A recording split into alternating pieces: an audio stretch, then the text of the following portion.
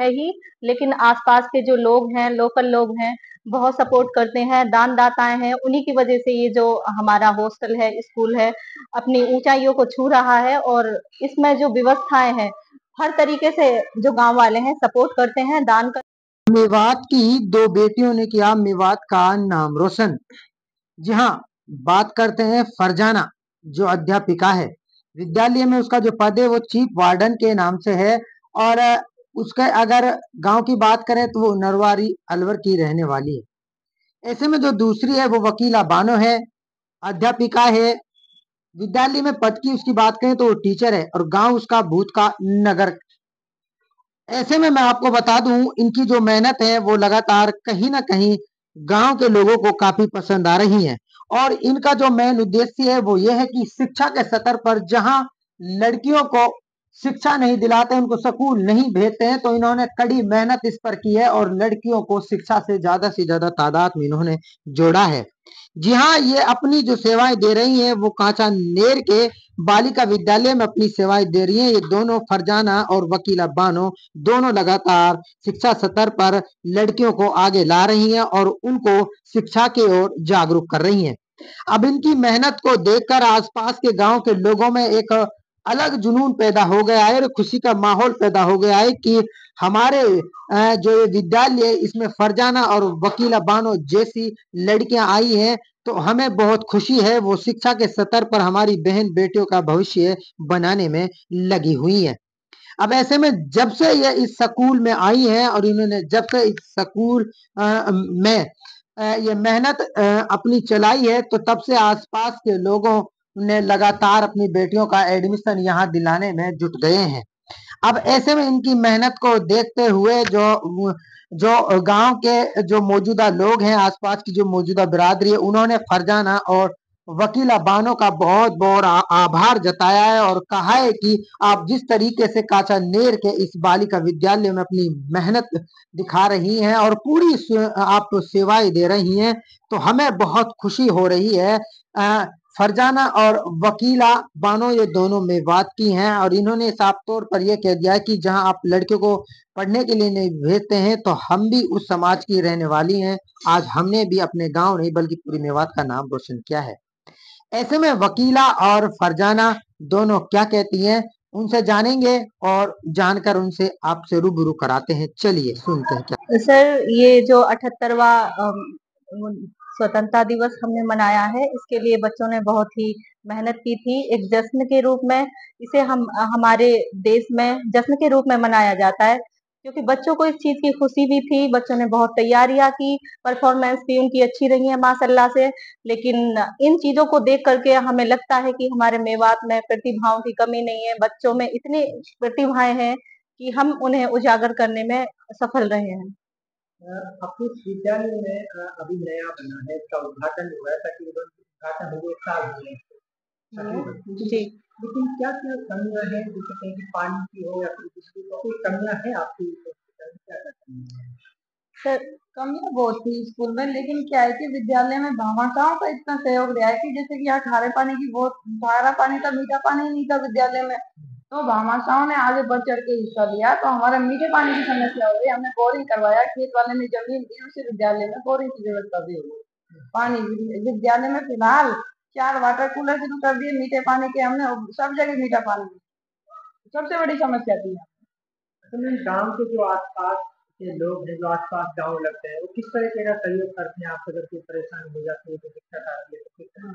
ये चीज तो है कि विद्यालय में रात को भी बहुत सी ऐसी इमरजेंसी हो जाती है कि हम महिलाएं कहीं नहीं जा सकते, तो हम गांव के जो जागरूक व्यक्ति हैं उनसे संपर्क करते हैं। वो हमें आधी रात में भी हमारे साथ चलने के लिए तैयार होते हैं। कई बार बच्चे बीमार हो जाती हैं, इमरजेंसी में हमें बाहर भी ले जाना पड़ता है, तो हमारी कोई महिला टीचर उनके साथ जाती है और वो हमारा पूरा सहयोग करती है। सर, आसपास के लोगों का तो बहुत ही सपोर्ट है।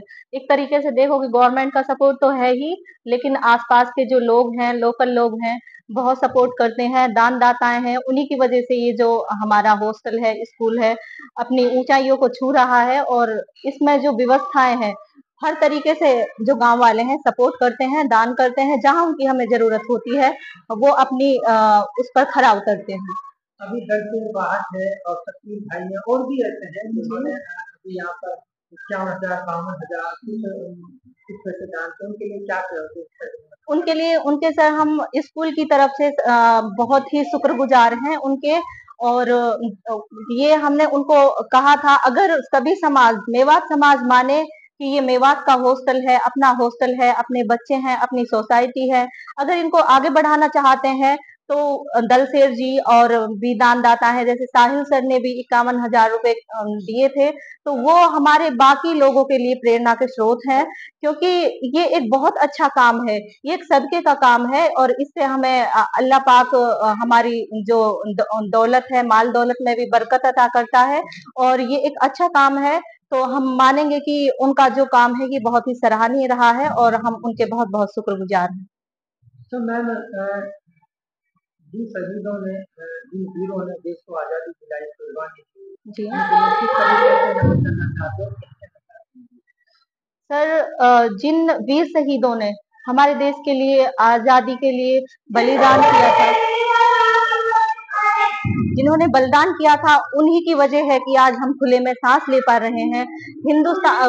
हिंदुस्तान मुल्क का कतरा कतरा उनका कर्जदार है, क्योंकि उन्होंने जिस तरीके से दुख सहन करके, यातनाएं सहन करके हमारे देश को आजाद करवाया था, आज उन्हीं की खुले में सांस ले रहे हैं और हम उन्हें बार बार उनका वो दिल से आभार व्यक्त करते हैं और उनका वंदन करते हैं, नमन करते हैं और उनके जो आदर्श हैं वो हमारे लिए हमेशा फॉलो करने योग्य हैं।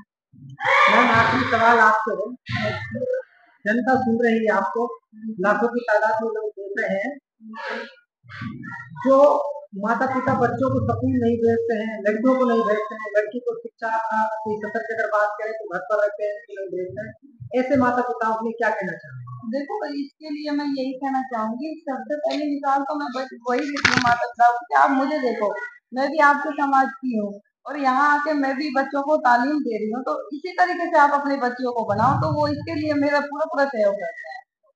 सर, हमारे समाज की जो हमारी सोसाइटी है उसमें सिर्फ जो मेंटलिटी है सिर्फ उसी का अभाव है, वरना जो लड़कियां होती है उनकी पढ़ाई का कोई औचित्य नहीं समझा जाता, उन्हें सिर्फ ये समझा जाता है कि जो लड़कियां हैं सिर्फ चूल्हे चौके का काम ही कर सकती हैं। लेकिन हम यकीनन अगर उन्हें हम मौका दें, उन्हें आगे निकालें और बच्चों में भेदभाव ना करें, बच्चे में, लड़के में, लड़कियों में उनको समान अवसर दें, तो हम यकीन से कह सकते हैं कि हमारी बच्चियां किसी से कम नहीं है और हमारी बच्चियां मतलब अच्छी प्रतिभाएं छुपी हुई हैं। लेकिन हमारा समाज से, सोसाइटी से यही अनुरोध है कि अपनी बच्चियों को बोझ ना समझें। जिस तरीके से हमारे इसमें दहेज को अभिशाप की तरह तरीके से बहुत बड़ा एक भयानक रूप ले रखा है, जिस प्रकार दहेज में हम पैसा खर्च करते हैं, उतना अगर बच्चियों की पढ़ाई पर खर्च किया जाए तो मैं मानती हूँ कि जो ये समस्या है ये समाप्त हो जाएगी, खत्म हो जाएगी और जो बच्चियां हैं अपने पैरों पर खड़ी होंगी और उन्हें किसी मुश्किलात का सामना नहीं करना पड़ेगा। लेकिन मेरी सभी से गुजारिश है कि अपनी बच्चियों को मौका जरूर दें और जो बच्चियां आगे बढ़ी हुई हैं उनको प्रेरणा के स्रोत पर मान करके उनको मौका दें।